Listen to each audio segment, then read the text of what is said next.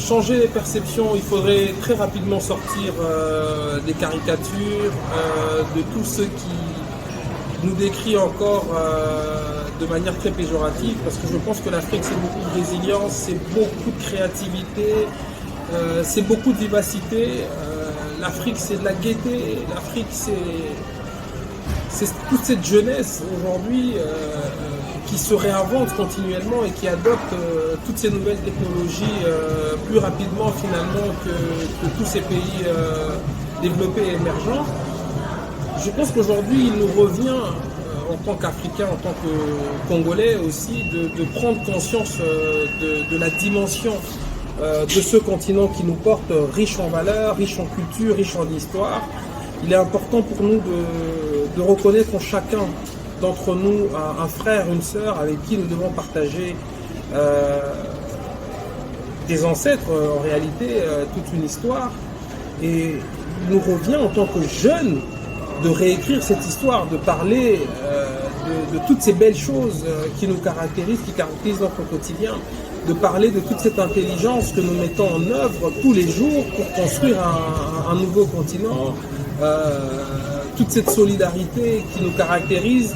et qui change finalement l'histoire de notre quotidien. Il faut que l'Africain de manière générale prenne conscience que nous avons un beau continent, que chacun d'entre nous réalise la beauté de notre pays, que nous puissions la présenter, la vendre au reste du monde, afin qu'on comprenne finalement que n'est pas africain qui veut, mais c'est une dimension du cœur. C'est avec le cœur qu'on est africain, c'est avec le cœur qu'on présente ce continent, et ça doit venir de l'intérieur pour chacun d'entre nous, ce que nous devons présenter et montrer de notre continent. L'Afrique a subi beaucoup de méandres, c'est aussi parce que l'Africain n'a pas eu l'habitude de s'exprimer suffisamment. L'Africain n'a pas pris l'habitude de ressortir tout ce qu'il avait de beau et de grand et de positif. C'est notre histoire, c'est la colonisation. Et aujourd'hui, c'est une nouvelle histoire que nous, nouvelle génération, écrivons, parce que nous avons compris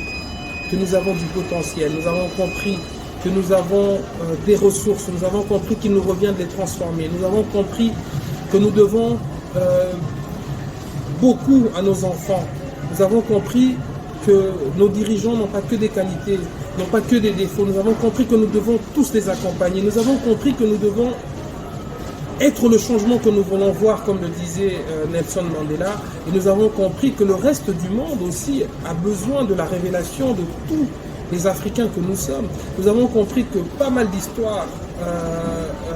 d'innovations, de grandes innovations dans l'histoire ont été faites par nos Africains. Nous avons compris qu'il est important que nous puissions étudier notre histoire, que nous puissions étudier nos civilisations,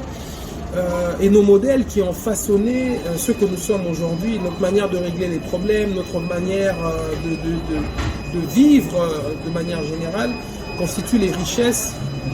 sur lesquelles nous construisons aujourd'hui. Donc l'Afrique, elle est belle, elle est riche, c'est de la vivacité, c'est beaucoup de joie, c'est beaucoup de grandeur, c'est beaucoup de belles choses, c'est beaucoup de choses à guérir aussi. Redéfinissons qui nous sommes, arrêtons des pansements sur les jambes de bois. Il est temps de comprendre réellement